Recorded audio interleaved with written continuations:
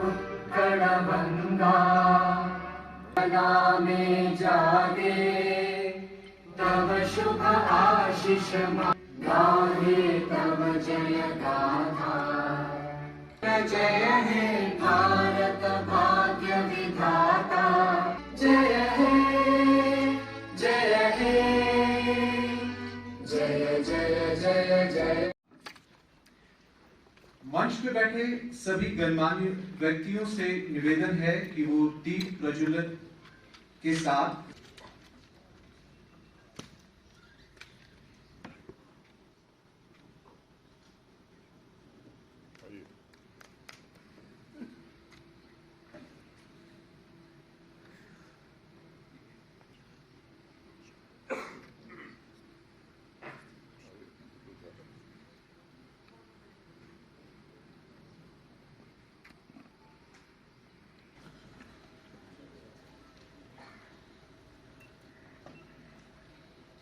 से मौजूदा दरख्वास्त है कि वो सदर महफिल श्री पुरुषोत्तम रूपाला जी का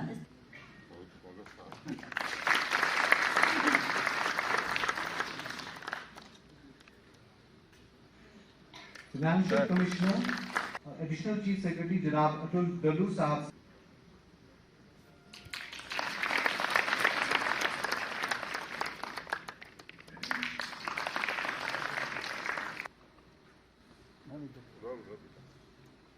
मैम आप side sir director research ma'am side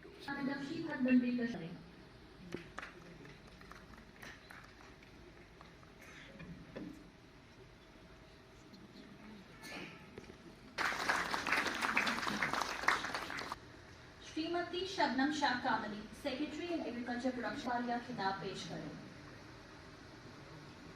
minister for fisheries and coordinator Shri Manoj Sinha ji are honourable पैदावार में 62,000 मीट्रिक टन से ज्यादा का इजाफा हुआ है।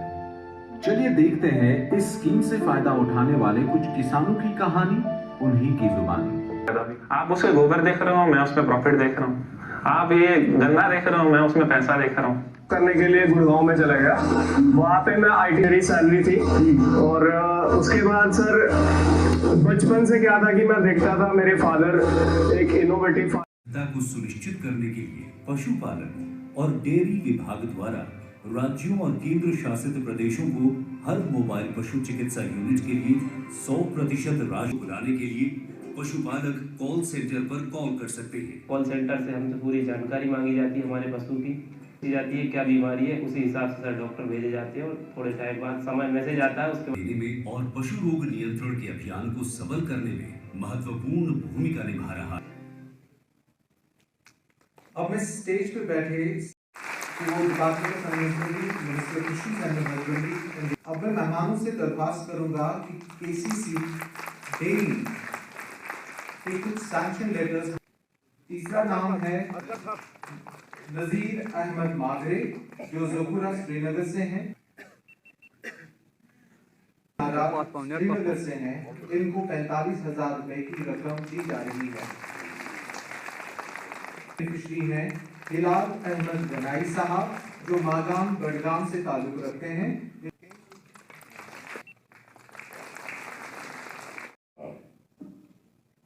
जम्मू कश्मीर के अनेक जिलों से यहाँ उपस्थित भाइयों बहनों का भी मैं स्वागत करता हूँ। यूरोप में एक लोक कथा बहुत प्रचलित है। एक आदमी से नाराज होकर देवताओं ने उसे एक श्राप दिया और श्राप ये था कि आज से आपकी कोई छाया नहीं बनी। मैंने शैडो छाया, मैंने शैडो नहीं बनी। तो आदमी बड़ा प्रसन्न हुआ, हंसने लगा और कहा कि इसमें मेरा क्या बिगड़ जाएगा। तो देवताओं ने कहा कि ये अभी नहीं पता चल रहा है कि इन बहनों ने जम्मू कश्मीर को एक नया संबल, एक नई ताकत दी है और इनके पुरुषार्थ की जितनी प्रशंसा की जाए वो शायद कम हो। मुझे याद है पिछले वर्ष सितंबर में कृषि सखी और पशु सखी योजनाओं का शुभारंभ हुआ था। जो आंकड़े उस समय मैंने साझा किए थे, मुझे लगता है कि आज मुझे बताना पड़ेगा। अगर आप देखें कृषि और लाइव सेक्टर में, तो उन आंकड़ों को देखने के बाद आप समझ सकेंगे इन बहनों का योगदान कितना है।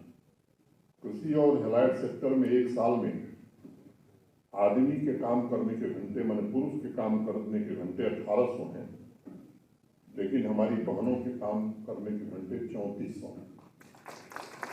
ये तो उनकी मेहनत को कैसे पुरस्कृत किया जा सकता है और उन्हें कैसे आत्मनिर्भर बनाया जा सकता है, क्योंकि बिना उनके आत्मनिर्भर बने भारत आत्मनिर्भर नहीं हो सकता है। आप अभी मेरे पहले कई लोगों ने बताया कि 70% हम आबादी हमारी लगभग कृषि और एलाइड सेक्टर पर आधारित है। 12 लाख परिवार पशुधन और लाइव स्टॉक से जुड़े हुए हैं। ये सेक्टर हमारे लिए इसलिए भी महत्वपूर्ण है क्योंकि कृषि और एलाइड सेक्टर में लगभग 30% का योगदान पशुधन का है और तमाम स्मॉल और मार्जिनल फार्मर्स के अतिरिक्त आमदनी का जरिया भी यही है।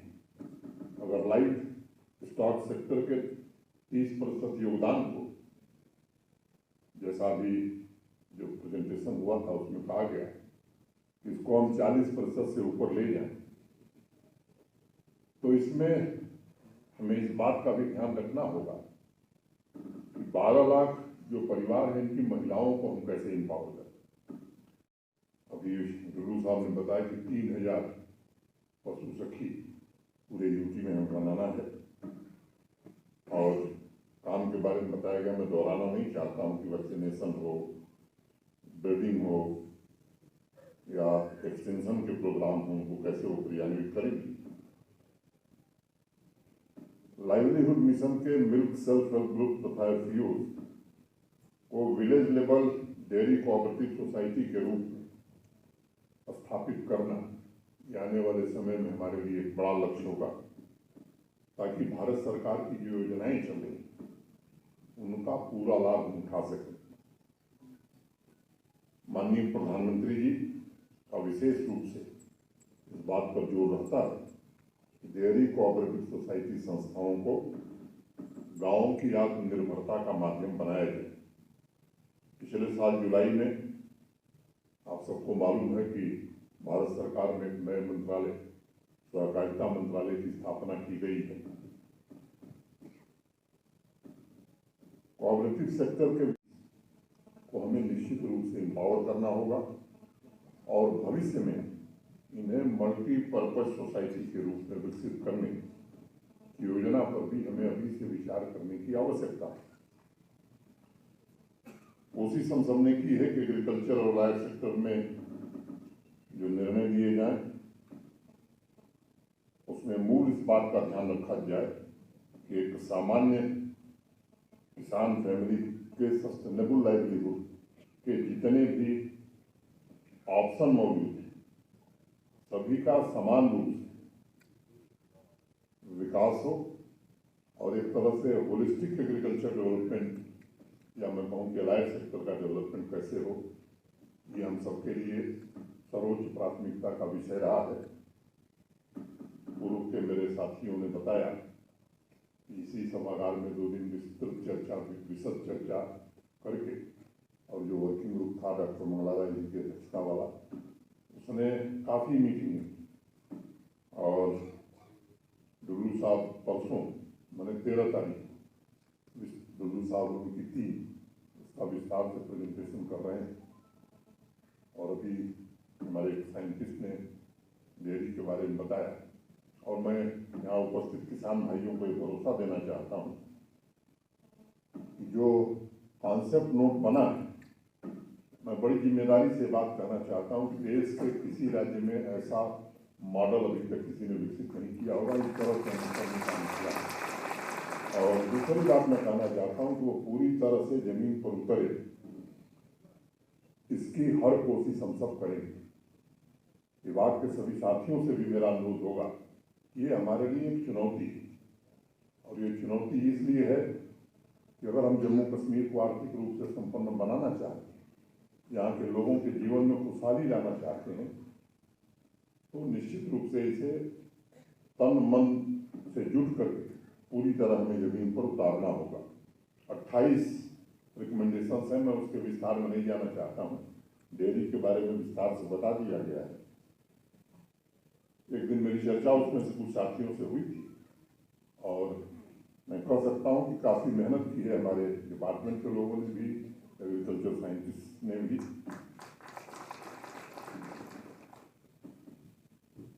मिल्क प्रोडक्शन में 2 साल में हम लगभग आत्मनिर्भर हो गए हैं और प्रोडक्शन बढ़ाने की योजना बनी है। मुझे लगता है कि एक वैल्यू चेन हमें स्थापित करनी होगी। प्रोडक्शन बढ़ाने के साथ साथ उसके प्रोसेसिंग का भी प्रबंध हमें करना होगा। बड़ा आनंद आ रहा तो जनाब शिरकत, ऐसी आपकी जबान बहुत ही मीठी है।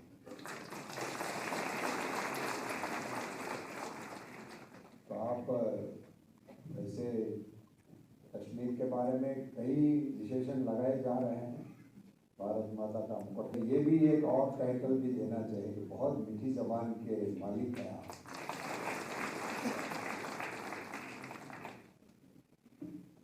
मैं मनोज सिन्हा साहब को साधुवाद देना चाहता हूं कि इस साल आपने मेहमान नवाजी में अब तक का पूरा रिकॉर्ड ब्रेक कर दिए। इतने मेहमान जम्मू में इस साल है। ये बदलते हुए जम्मू एंड कश्मीर की बहुत ही सुखद तस्वीर। किसी ने मुझे बताया रास्ते में कि यहाँ होटलों में इस साल 100% की ऑक्यूपेंसी है। 100%। ये एक बहुत ही अच्छी बात यहाँ शुरू हो रही है। आज जो 2 उपक्रम यहाँ हम लॉन्च कर रहे हैं, ये हेल्थ और मोबाइल वेटरनरी यूनिट, इस दोनों को लॉन्चिंग करने का मुझे बहुत ही इस घटना का साक्षी बनने का अवसर मिला। इसके लिए मैं खुद को गौरवान्वित मानता हूँ, सदनसीब मानता हूँ। ये बताया गया कि भारत सरकार ने इस पहल के लिए जम्मू को पसंद किया, इसके लिए हमारा शुक्रिया अदा किया गया। मगर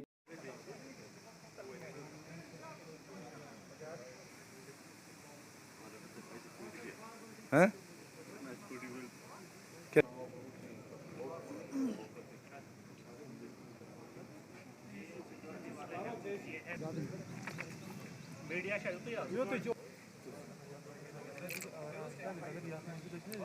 सुनील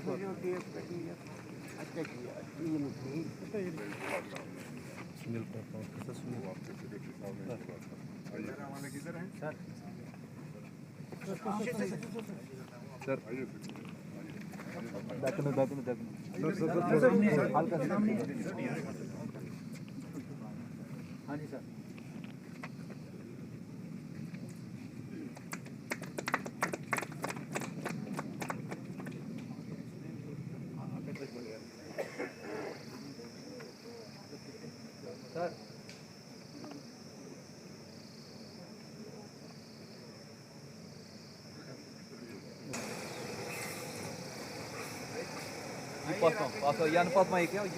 आज Jammu and Kashmir union territories के लिए भारत सरकार के पशुपालन विभाग और अर्बन डेवलपमेंट विभाग के सहयोग से ये हेल्प करके एक नया इनिशिएटिव आज लॉन्च किया गया।